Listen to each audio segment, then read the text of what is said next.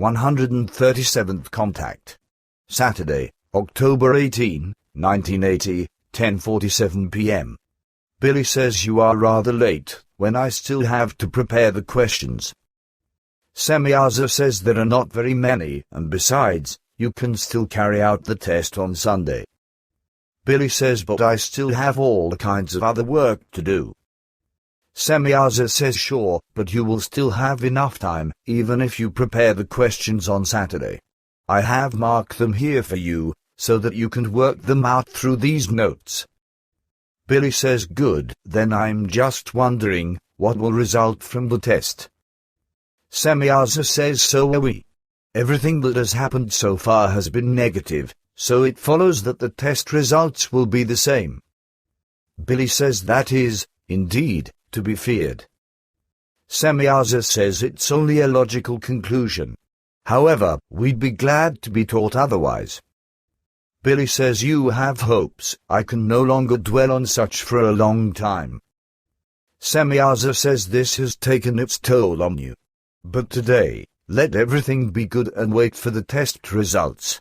On the other hand, I don't have much time today because I still have other tasks to do tonight.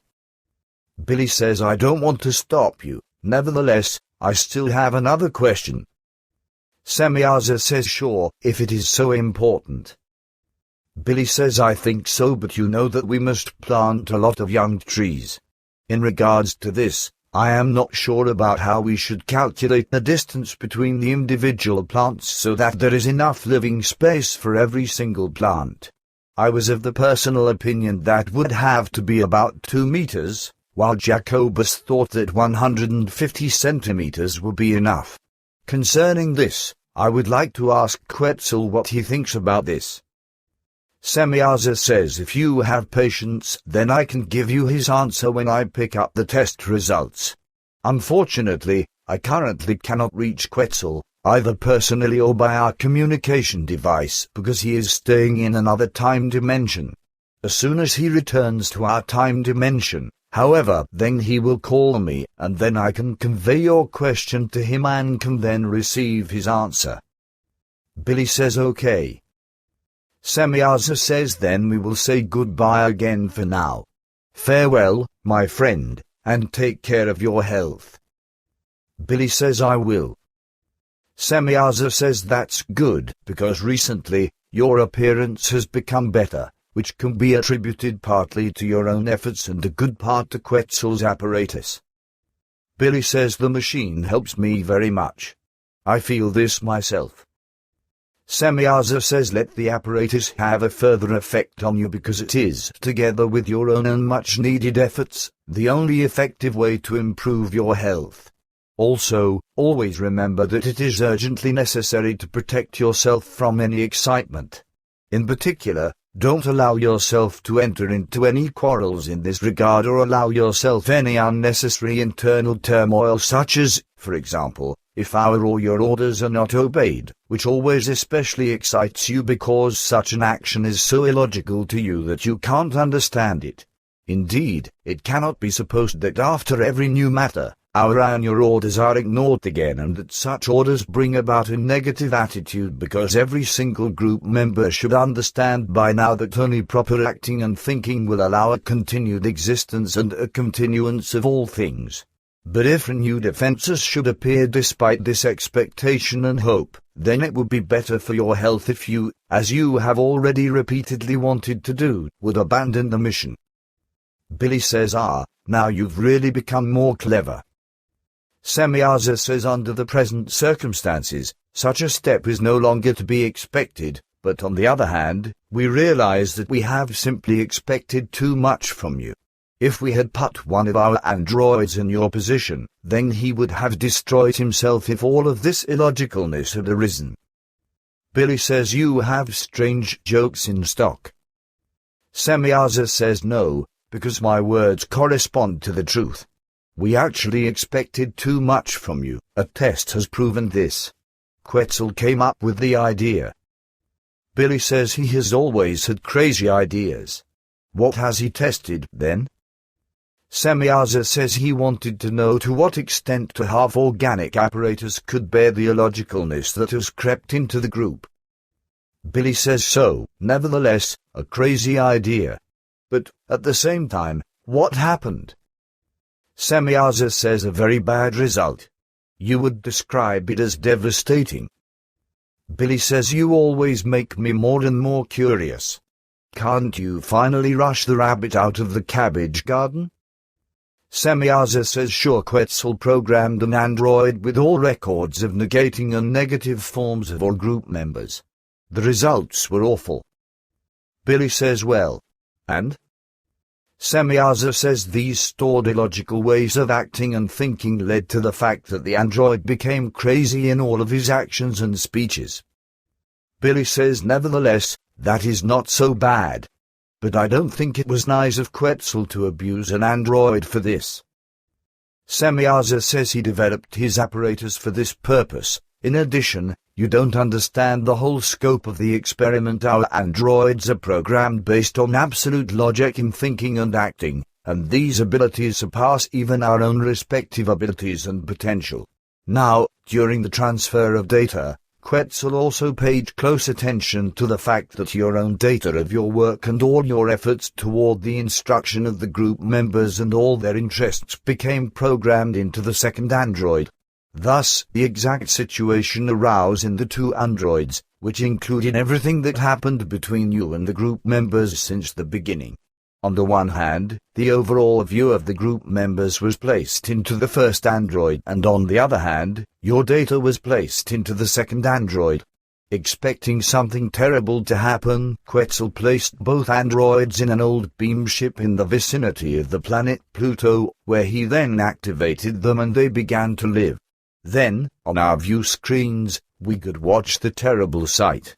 Already after a few minutes, the android programmed with your data began to become visibly ill, while our recording devices registered an action of complete helplessness. Soon, completely apathetically, he wanted to destroy himself, but then suddenly, in the very next moment, he senselessly and angrily raised his voice.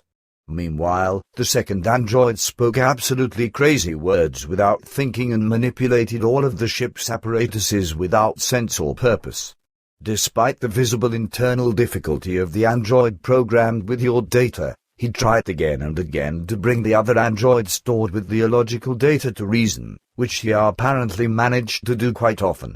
But truly, this was only apparent, for as our recording devices clearly determined, the attempts of reconciliation and reason only worked so far that the logic of the words of the android representing you released reassuring impulses, while the second android did not at all have in mind to make himself own the logical explanations. The investigations of the registry devices unambiguously proved that the negatively programmed android had developed a blatant form of self-addiction, egoism, and individualism, as well as a lust for power, and wasn't actually determined, despite the superficial acknowledgement of the logical explanations offered to him, etc., to assimilate them. Truly, as the recording devices unambiguously showed, he only wanted his own will to count and to enforce it, which finally went so far that your android rapidly deteriorated and suddenly became crazy. As we could see from our devices, his artificial organic brain mass slowly began to cook and to steam. Then, there was an explosion, and his head was torn up beyond all recognition. Meanwhile, the other android, who only cared about this briefly, continued to act completely illogically and, moreover, spoke very confused and crazy things. Then the moment came when he wildly and senselessly hit the ship's equipment and created an inferno, when he accidentally touched the automatic self-destruct mechanism of the ship, and it was destroyed in an immense explosion. Billy says I would have wanted to see that. Semyaza says for us, it was proof that we had expected inhuman traits from you. What an android cannot take, a human life form cannot take either.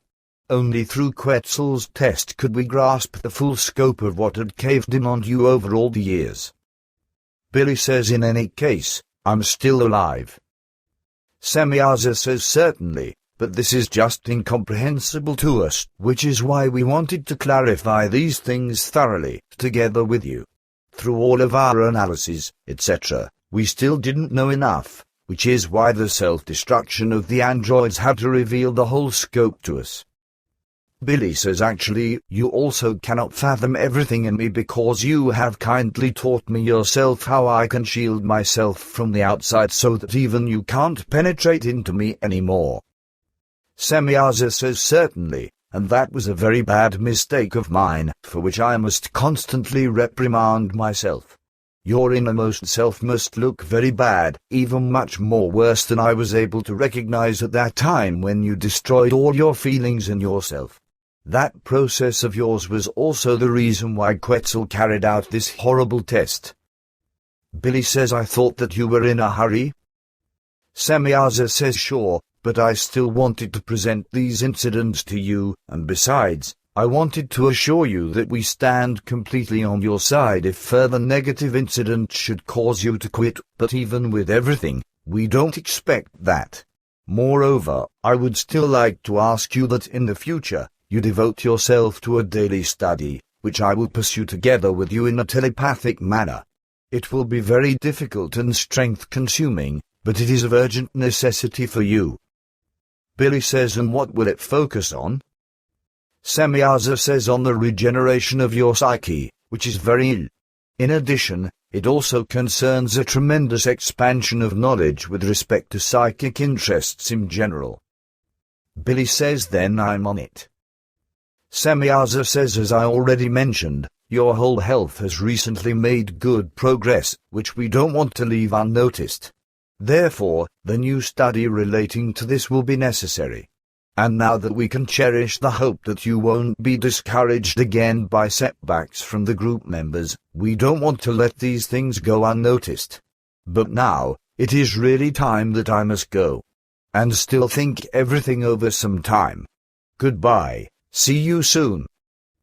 Billy says bye, girl, and many thanks. The end.